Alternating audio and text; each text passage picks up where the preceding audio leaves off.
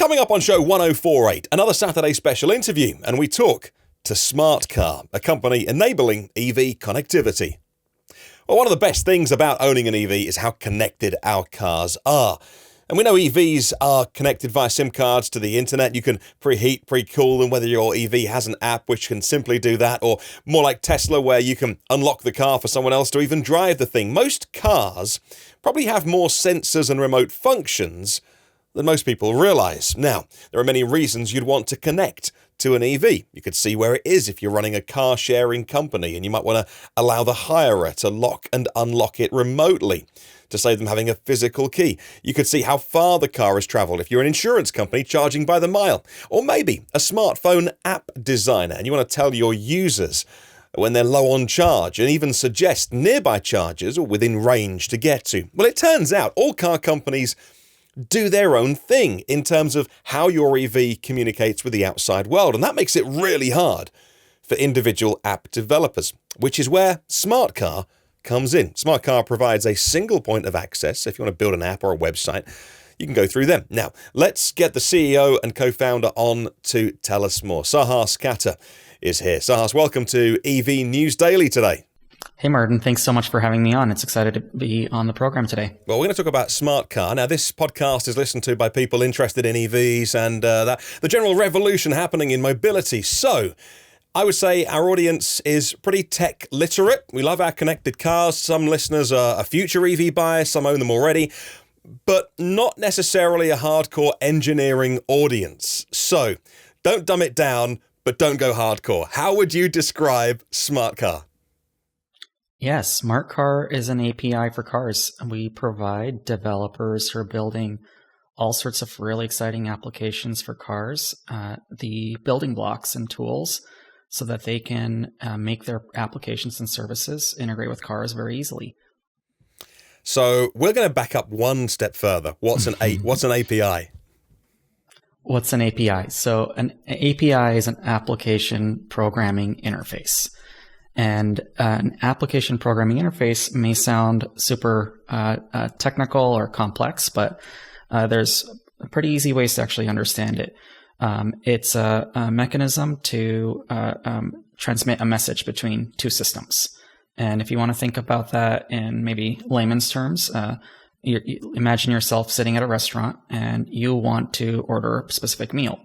How do you get that message of what you want to the kitchen? And it turns out you have a waiter or waitress who is that messenger. So the waiter or waitress, you can kind of think of them as the messenger, or in this case, the API. And you give them your order. They note that down. They take it back to the kitchen, place that order. And when it's ready, they bring you the response back, which in this case is your meal. And that's essentially what an API is. Enabling an application and maybe a server, for instance, to communicate with one another. Okay. And why does the world need Smartcar? Don't the car makers already provide access to their cars to people who want to build apps for them? It turns out they don't. And that's actually the reason why we decided to start Smartcar. My co-founder and I, if you backtrack about 4 or 5 years ago, were trying to build an app for our car. And we did the thing that any software developer does. We typed in developer. And the car company's name.com and discovered that it was a dead end. It was a 404 page. And then we tried it for the next car brand and the next one and the next one, and quickly discovered that none of them really are offering developers a friendly way to integrate with vehicles. And that was kind of a shock and surprise and frustration to us. And we realized that there was a pretty big gap in the market, and every developer we knew in the Silicon Valley wanted to build something for not just their own car, but maybe for their startup or their business in some way. And they didn't really have a way to do it. So that's where we got that aha moment to say, hey, we should just solve this problem for the industry. Okay. Well, I had a look on I do some research for this, that the latest figures are 72 million cars in the US that your service is compatible with. And I think many of our listeners would be surprised to know that many cars are connected. Is there really that many SIM cards buried away in 72 million cars? Believe it or not, absolutely. In fact, it's a lot more than that. That's just the base of cars that our platform now supports. And the thing that most don't realize is that the race to get cellular connectivity into cars began almost a decade or 2 decades ago, to be quite honest. And it started off maybe in some of the really expensive luxury vehicles, as you can imagine, since the profit margins are greater there and OEMs have more room to experiment with new technology. But fast forward to today, even $18,000 car that you buy from a brand like General Motors is internet connected the moment you buy it. It's got a SIM card and it's talking to the cloud just like your cell phone does. Okay, so over the half hour of this podcast, whatever we talk for, I wouldn't say I'm a noob, but I'm pretty new to this world of understanding how our cars connect. I'm hoping to get to the end of the show and have a much better understanding. But I would say that in the EV world, which I live most of the time, Tesla has this reputation of being ultra connected. Everything goes back to the mothership, the sensors, the cameras, all of that kind of stuff. How accurate is my perception of that? And are other car makers just as connected, but, we don't really hear about it because kind of Elon Musk sucks a lot of the oxygen out of the room when he gets involved? Yeah. I think one of the interesting things is that you are absolutely spot on in terms of your perspective on Tesla being one of the most sophisticated. That's a great observation, and it's true. And part of why is they started the company with a clean slate design, and they architected the car and the entire infrastructure around that vehicle with telemetry connectivity in mind from day one. And they built this vehicle with software engineers from day one as well. And when you look at the rest of the car brands, that wasn't the case. These were already cars that they had processes and manufacturing cycles that had been happening for decades. And they now had to change course to insert software, insert connectivity into vehicles that were already being manufactured. And one is a little bit easier to do when you're starting off with a clean slate, and the other one comes with a lot of bureaucracy and changes that need to happen to make that even possible. So all of them are getting connected, but in terms of who might have some of the more market competitive advantages just because of the fact that they have a clean slate design, Tesla is definitely ahead of the curve on that front. So what makes two brothers from Silicon Valley want to build stuff for cars? Because I'm going to sort of paint in broad brushstrokes here and probably not be entirely accurate. But it seems like Silicon Valley is the hotbed of innovation, of social networks and cutting edge social or engineering. And yet the car industry seems that it's stuck in the dark ages. I mean, I don't mean to offend any software engineers who work at car companies here, but the interface in most cars until kind of Tesla came along, it really sucks. Like, you can choose the radio station and, the sat nav was probably so bad that you're using your mobile phone to get Google or Apple Maps instead. And kind of Apple CarPlay and Android Auto kind of changed that. So what was it about the automotive sector that made you want to start a business that helps other people build apps on top of cars? Yeah, going back to that initial thing you asked me about, why don't car companies offer this themselves? So it actually surrounded that core topic. My co-founder and I didn't actually get into this starting to build a platform for other developers. We actually got into it because we were trying to build an app for our own car.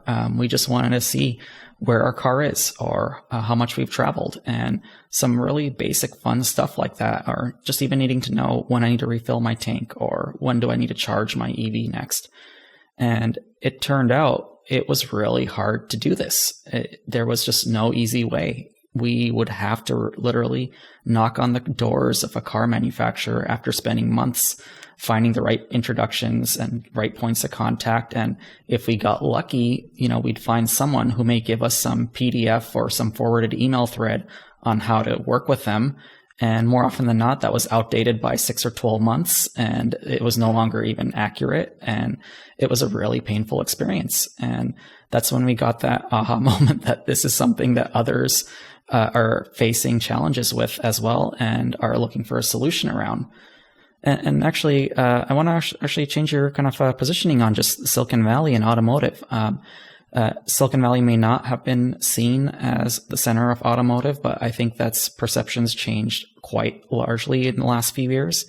I live in Mountain View, California, and if I walk around anywhere near downtown Mountain View, as an example here, it's going to be no more than 5 minutes before you see 5 different types of self-driving cars with different logos of brands like Waymo, Niro, or a ton of other self-driving car tech companies driving by you. So, and if you're in San Francisco, you'll see cars from Cruise and others. So this has not just become the center for self-driving, but it's also become the center for all sorts of companies building mobility products and applications. It's, again, the home to Lyft and Uber as well.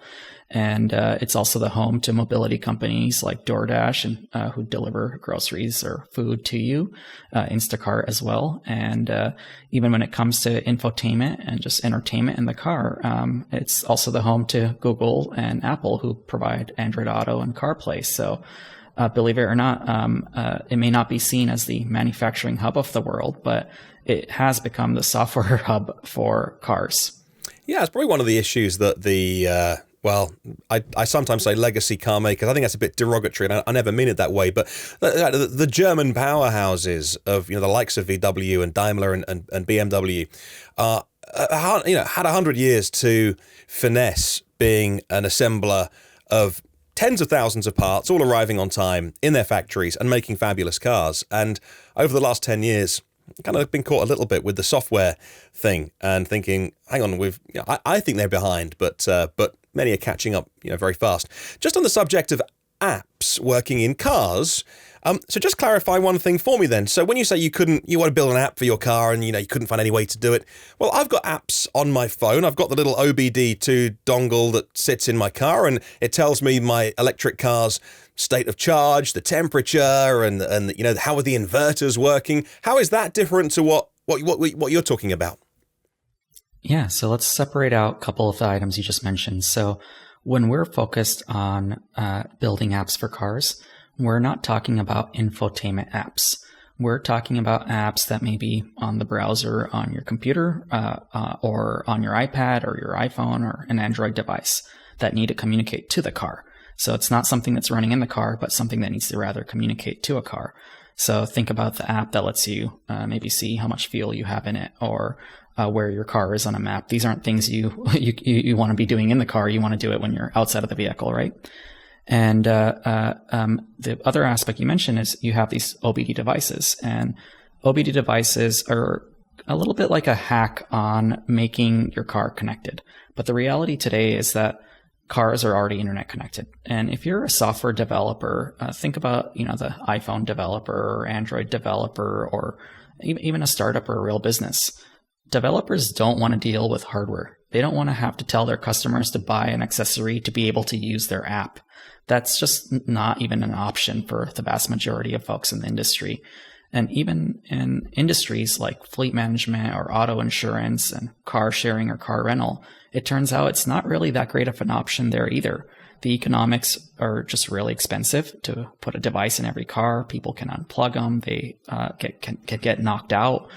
People will unplug them for a road trip so they don't get charged for the road trip they go on. So you have all these issues that emerge when you have to put hardware in a vehicle. And if you're really an API and you're really enabling developers to do something innovative, you really have to do it entirely with software.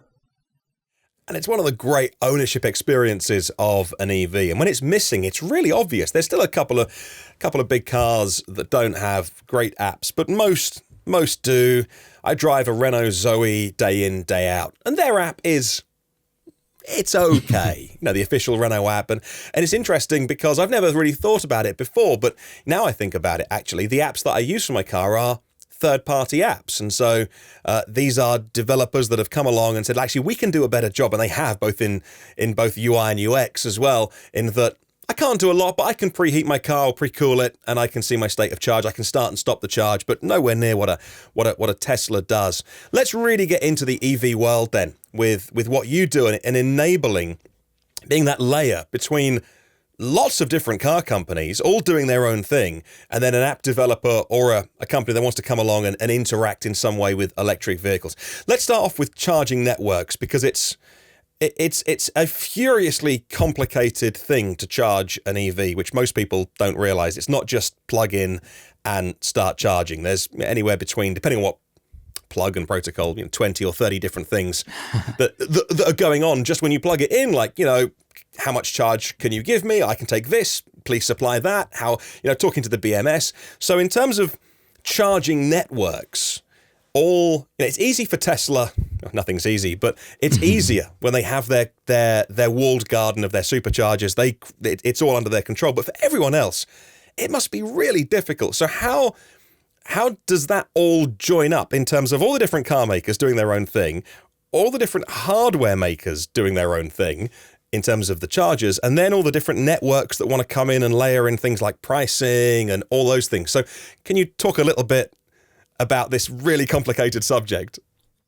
Yeah, no, absolutely. And I think the fundamental thing that, similar to what we're solving for the automotive industry and cars themselves, I think really what we need to see in the EV charging side of things is similarly APIs and open networks.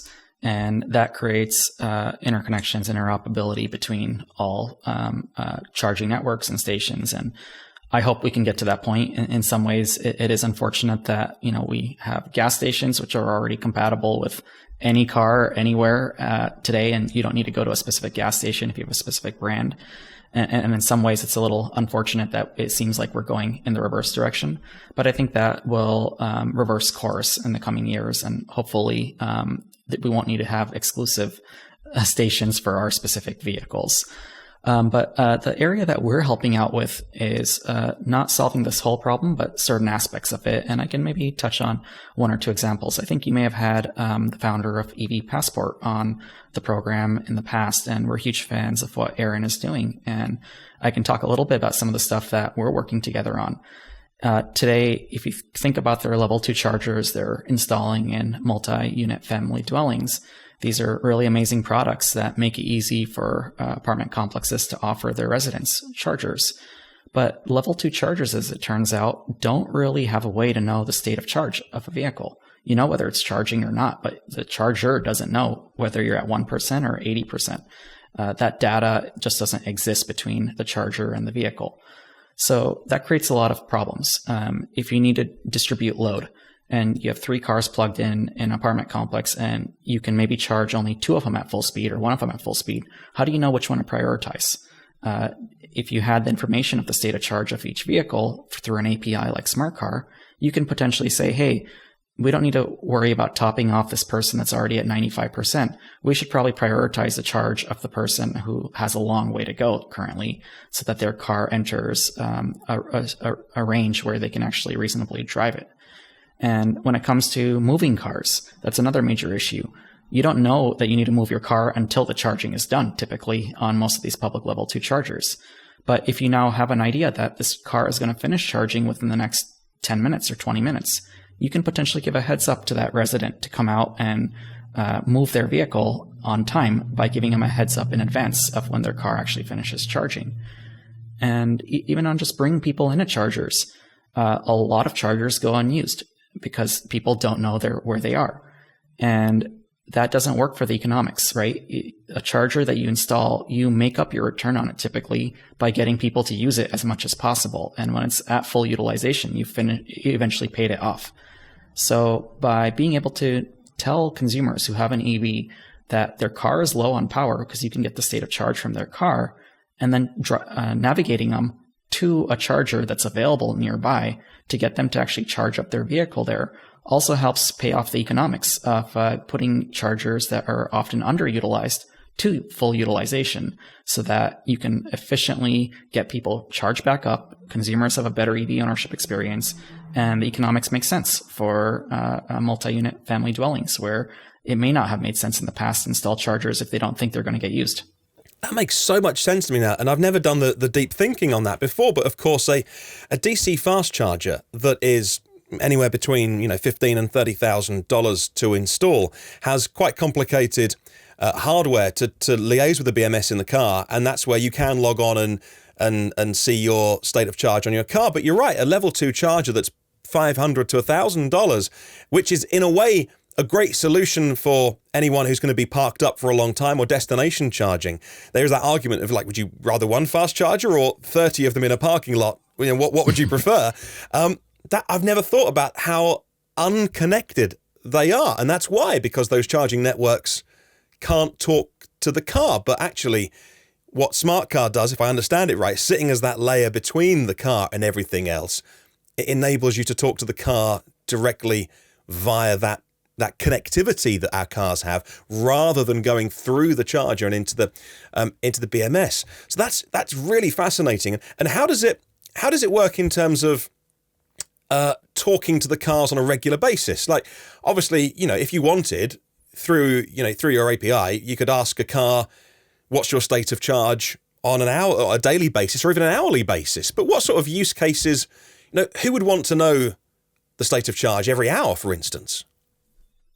Yeah, there's tons of different applications and products that all have a variety of different use cases.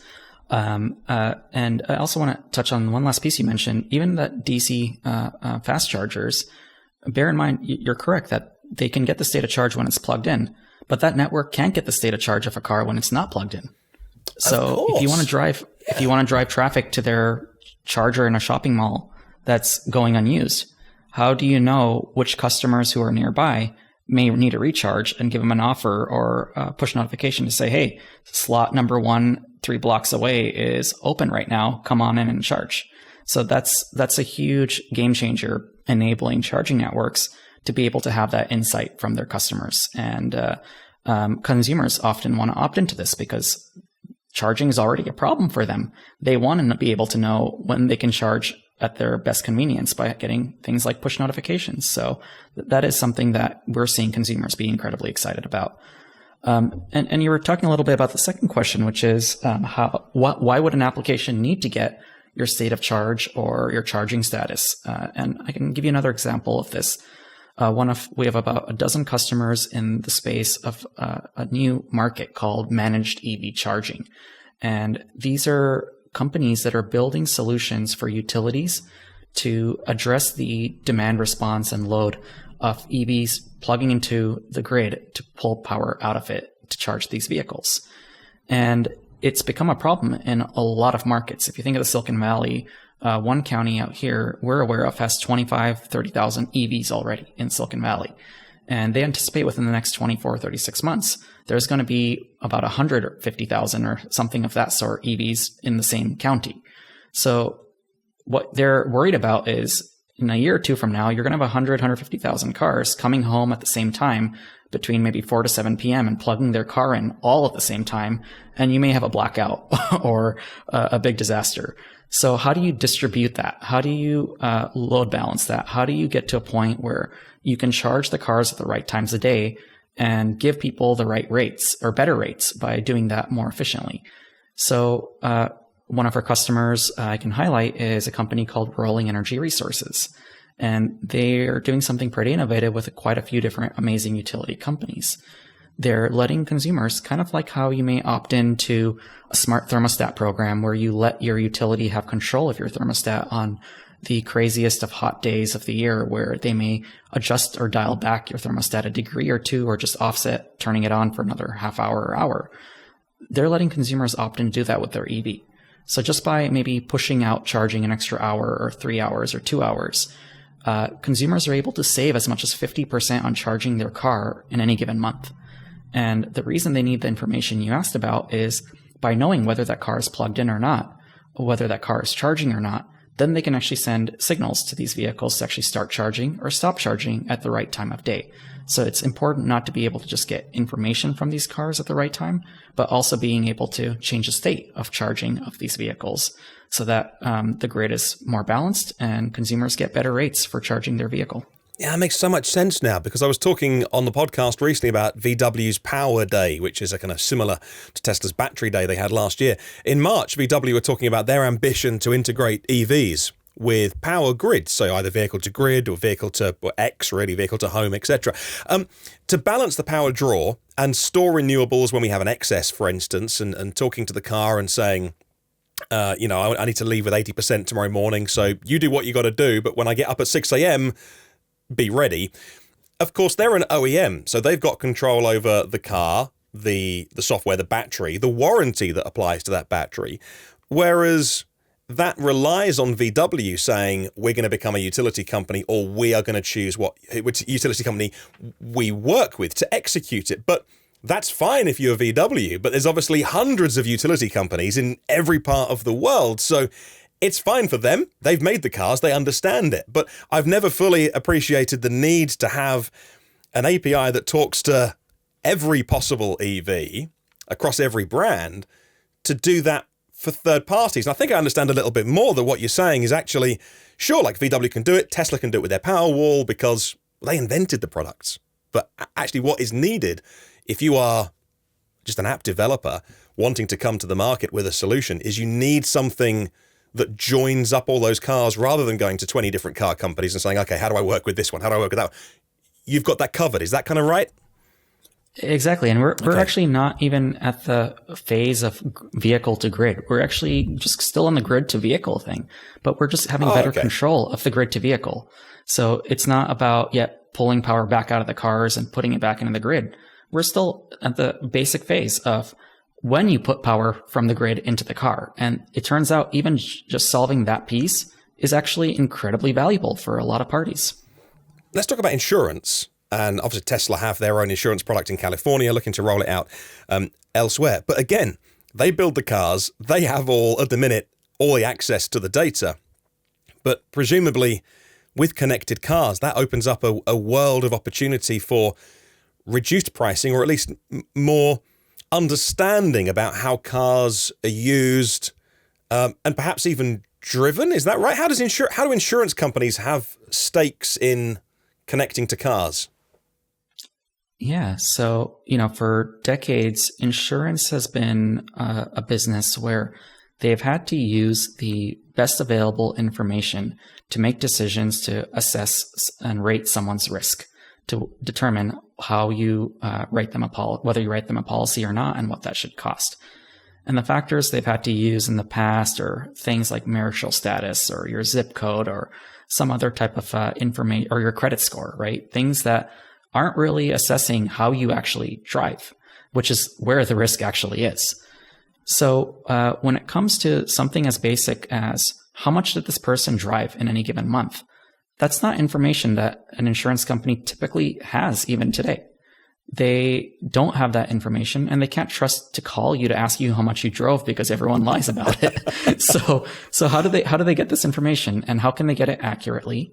How can they get it cost effectively without needing to put a tracking device in the car, which can be seen as very invasive? And how do they let consumers opt in to share just the specific pieces of information that really need to be shared to be able to get a better service? So to give you an example of another one of our customers in the space, we have a really amazing company called Just Insurance.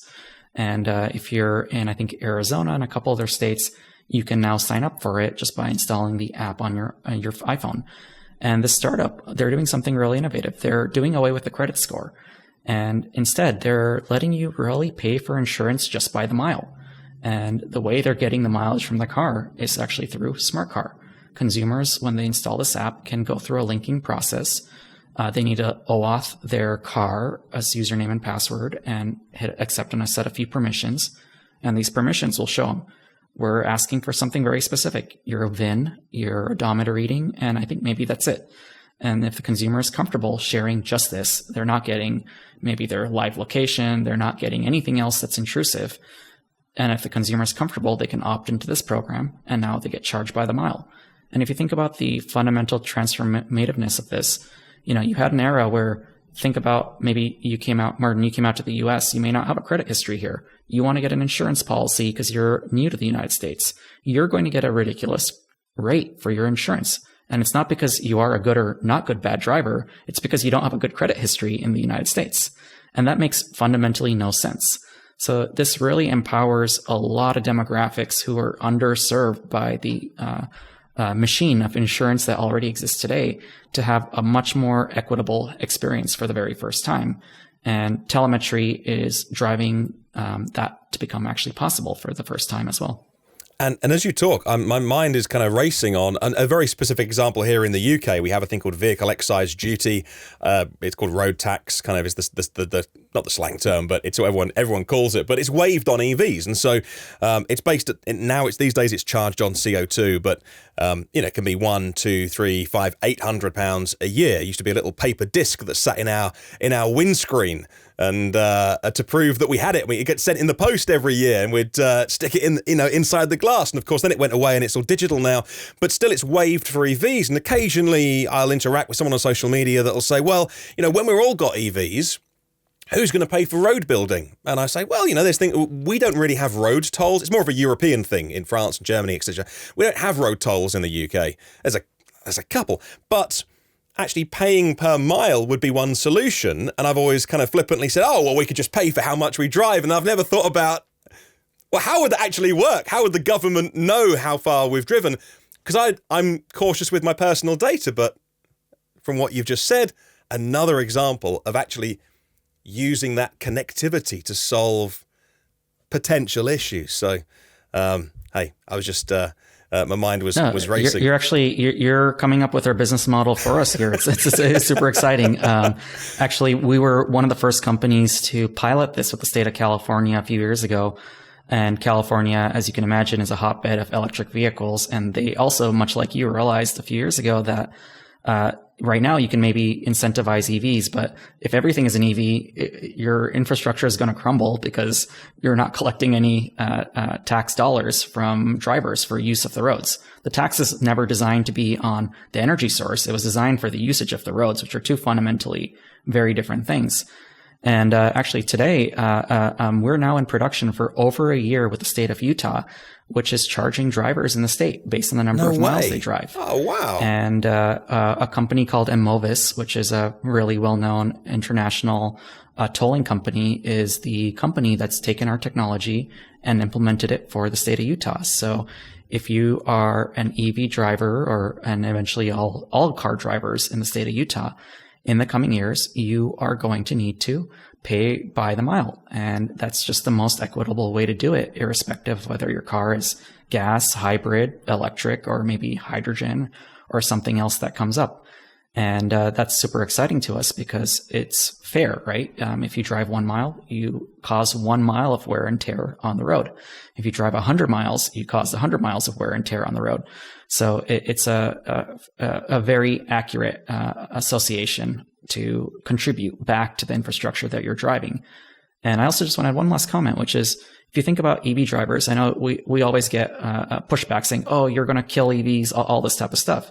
But what I want to point out is if you actually look at the research that the state of California, state of Oregon, Utah have put out, this is actually a huge benefit to EV drivers, which they don't realize. If you think about our infrastructure being poor, whether it's in the UK or out here, if you have potholes, you have uneven roads, what that means is you're getting way less MPG or range on your vehicle because the roads are not well maintained. If it's a smooth, perfectly paved, well-maintained road, you're getting way better efficiency on your car. And if there are potholes, if there's gravel in the road, that means a broken axle, a damaged tire, a broken windshield. That's what happens when you don't contribute to your own infrastructure. So for every some number of cents that you contribute to our infrastructure, you're actually saving money on not having to do repairs on your car. And I think when people look at it from that perspective, they get that aha moment that this is actually something that I do want to invest in for myself and for the future. I want to leave enough time at the end of the podcast to talk about security and privacy. It's a big issue, and we want to cover that off. But a final use case, very quickly, is I had the CEO of a car sharing. Well, they're a subscription company actually here in the UK. So obviously there's the likes of Uber and Lyft where you can use a car to get a lift somewhere. There's the likes of Turo where you can use somebody else's car. But what this company does here in the UK is it's a minimum of a month, but it can go longer. It's not really long-term car hire because you feel like the car is yours. It's in your driveway for at least a month. It's one price. They cover insurance and everything like that.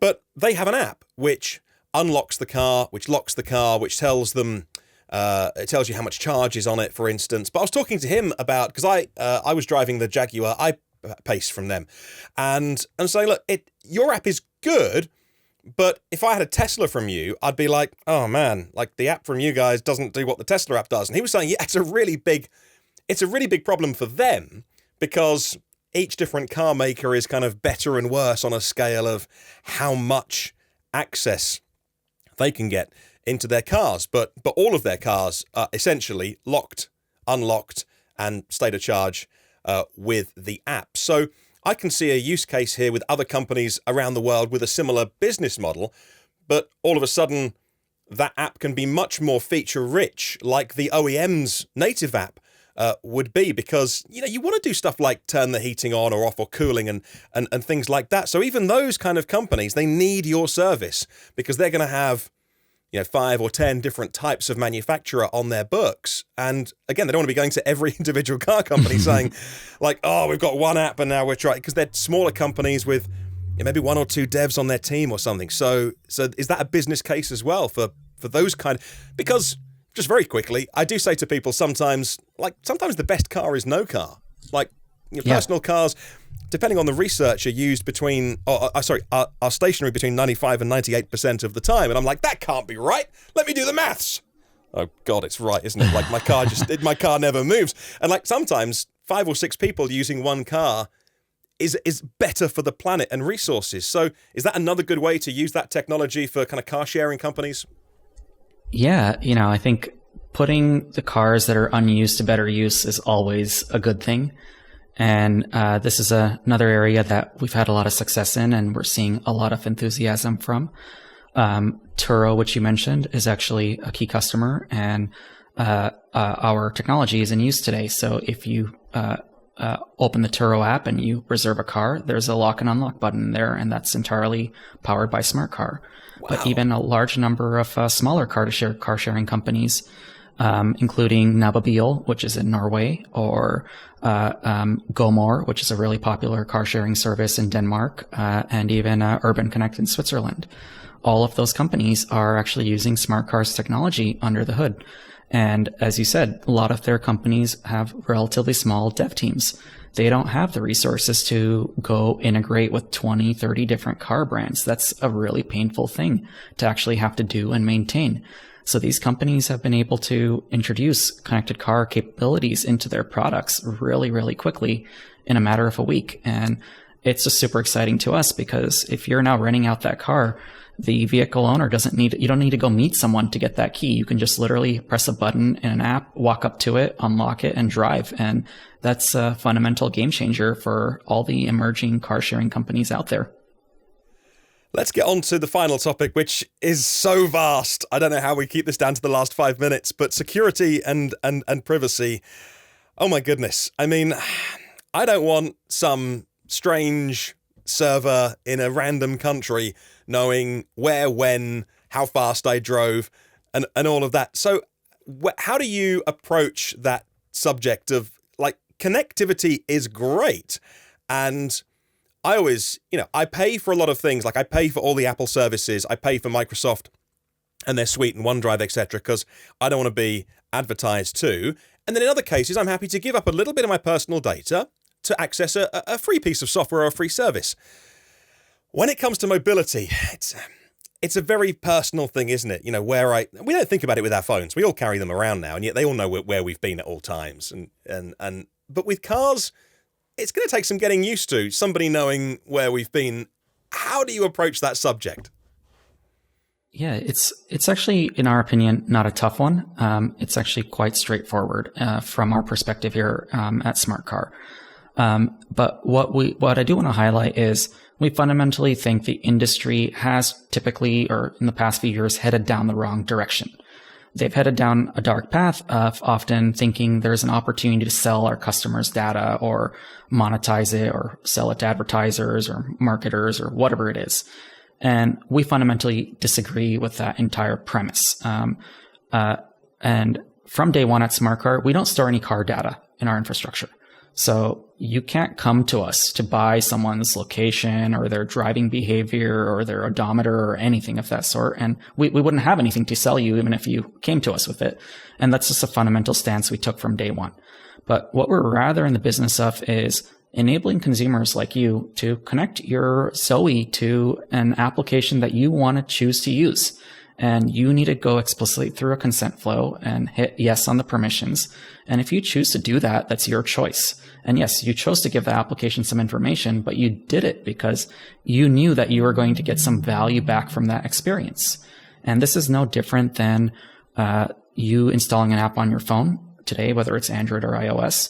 And those apps can't just steal your data. You have to specifically hit, yes, I will give it access to my contact list. Yes, I will give it access to my my location or my phone number or different pieces of information. And we fundamentally think the car should work in the exact same way. There should be zero outlets for people being able to buy data, whether it's aggregated or not, or identifiable or not. That should not even be an option. But rather, we should be providing consumers with the control and empowerment to be able to decide what apps they want to use, and they can choose to opt into it and accept some permissions if they do want to get a good experience. And that's simple as that. So that whole row between Apple and Facebook over the upcoming version of iOS that will explicitly say, do you want to allow Facebook X amount of data, is probably going to do a lot to highlight to people what permissions they're giving. It's that old cliche about every time iTunes updated and you had to agree to the T's and C's, like, yes, scroll down, down, down, down, yes, go. Like, nobody ever read them. Do you think there is still work to do? And that sounds like a loaded question, doesn't it? But like, what work is there to do to educate consumers and to ensure that people using or creating apps for whatever platform do it responsibly and educate consumers so they fully understand what information they're giving up? Because an insurance company would say, we want to know where, total miles driven, possibly even things like how you've driven to get a price. And I think they would, like a big company like, would operate ethically. But how do we ensure that all companies are educating consumers to know what you're giving up? I think there's an opportunity in the coming years to have some regulation around this. And as a startup, founders typically don't want regulation, but in our opinion, we actually look at it from another perspective. We think it's in fundamental benefit of consumers, developers, and the whole industry as a whole if there's trust around vehicles. And the only way to do that is if there is some level of regulation that's the right type of framework that still enables and fosters creativity and innovation, but still you can achieve that while balancing privacy. Security and privacy don't need to come at the cost of experiences. And we think that's fundamentally possible here at Smartcar, and we're already doing that today. And we hope that the car manufacturers will support kind of this philosophy as well. And just based on what you're seeing with your mention of Apple and Google out here, they're also headed in that direction of taking privacy more and more seriously. And we hope we can continue to be an example, not just for the Silicon Valley out here, but for the rest of the country and the world at large in terms of how they should fundamentally transform about car data ownership and car data privacy and car data security. And at the end of the day, it's really simple. If you own a car, that's your information, and that's our stance on it. Wow. Oh, what a great place to end, and food for thought as well. And maybe we'll catch up again in the future, and I can I can quiz you more on other things that have confused me to do with this area. But I feel like I've understood so much more than I did at the start of the show, and I just love EVs and connected cars, and it's a fascinating chat. So thank you so much for your time today. Absolutely, Martin. That's wonderful being on the program. Great questions, and look forward to being back on in the future. Well, that's our show this week. I feel like I've got a much better understanding now of how our cars connect online and why, until now, there hasn't been as many apps available in the various app stores or even websites that can do way more with our cars than I suppose many do at the moment. You can check out what they do, find out more at smartcar.com, leave a comment below for me. We can keep the conversation going. And if you like the interview, give us a thumbs up so I know to make more like this. And I'll see you soon.